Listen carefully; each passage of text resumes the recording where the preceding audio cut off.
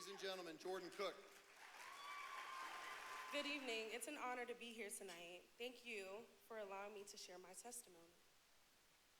My favorite quote is, "No rain, no flowers." I'm already about to cry, I'm sorry.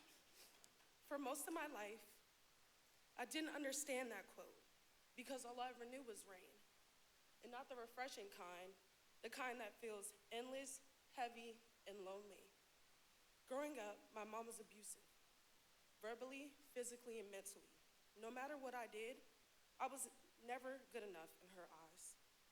Eventually, my dad gained custody of me, but during that time, he was going through his own heartbreak, which led him down a path of alcoholism and drugs. By the age of 16, I was completely lost. I started running away from home. First their days, then those days turned into weeks. My GPA was a solid 0.5, which is not something you brag about. I fell into the wrong crowd and spent time in and out of mental hospitals due to severe depression. And I eventually dropped out of school. All I really wanted was for the pain to stop. I didn't want to live anymore. One day, I decided to leave home for good. I told myself, my dad doesn't care, he has a new family, and I'm never going to graduate high school. I thought nobody loved me, and I was worth nothing. So I ran away. After that, I met a few guys who promised me a better life. Their exact words were, "I want to give you a life worth living." But when you're homeless without a phone and showering in mall bathrooms, that sounds pretty convincing. I remember thinking, wow, this is really going to change my life. Little did I know, it would be in the wrong direction. The next 3 months were unbearable. I was beaten, abused, and sex trafficked. I was robbed on multiple occasions. I was raped countless times. I lived in constant fear. Every day felt darker and darker than the last. Then one day, while in a motel, there was a knock on the door. And when I opened it, it looked like every federal agent in the Falls Church area was standing there. I was terrified. After questioning, I was told I'd be spending the night at a place called Youth for Tomorrow. The detective promised me just one night. So I called my dad the next day, only to find out he'd never agreed to that plan. Instead, he said, "You're staying there." And that one night turned out to be the first of many that will actually save my life.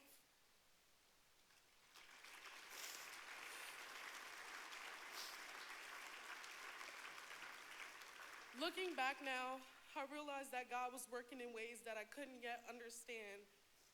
Many teachers at YFT still remind me that during my first month here, I refused to talk. I didn't speak in therapy, I didn't make friends. I was completely shut down. But slowly, I started to notice something.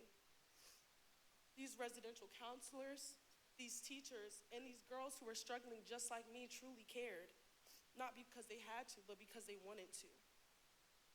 So I finally opened up, and I learned to place my faith in God, to believe that He led me to YFT to rescue me, and that was the best decision I've ever made. Sorry.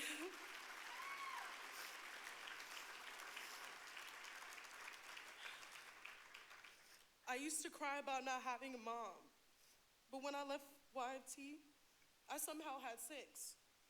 Imagine going from 0 moms to 6 moms. That's a whole bunch of reminders to drink your water and make good decisions.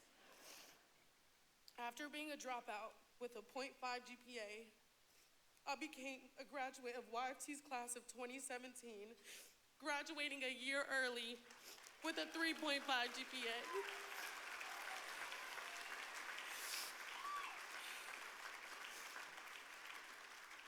I came to YFT with no real friends and left with a dozen.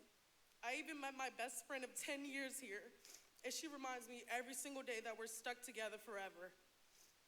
I came to Youth for Tomorrow, lost, broken, and convinced that suicide was my only option. I believed the world had nothing to offer but pain. I was afraid to trust, afraid to hope, and afraid to believe in myself. Youth for Tomorrow gave me the chance to live again.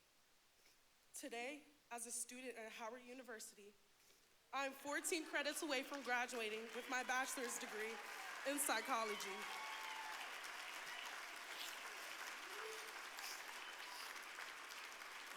HU! I have my own apartment with 2 dogs, by the way.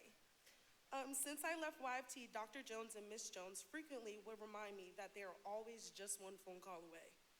Most recently, a call to Dr. Jones led me to becoming one of YFT's newest staff members.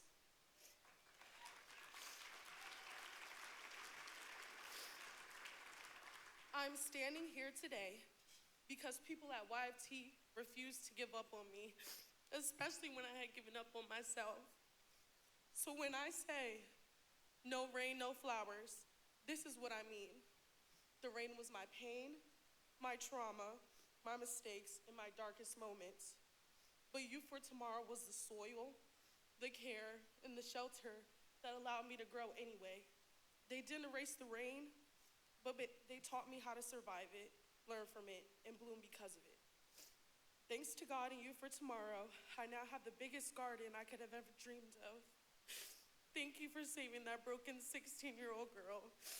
Without Youth for Tomorrow, I would not be here today.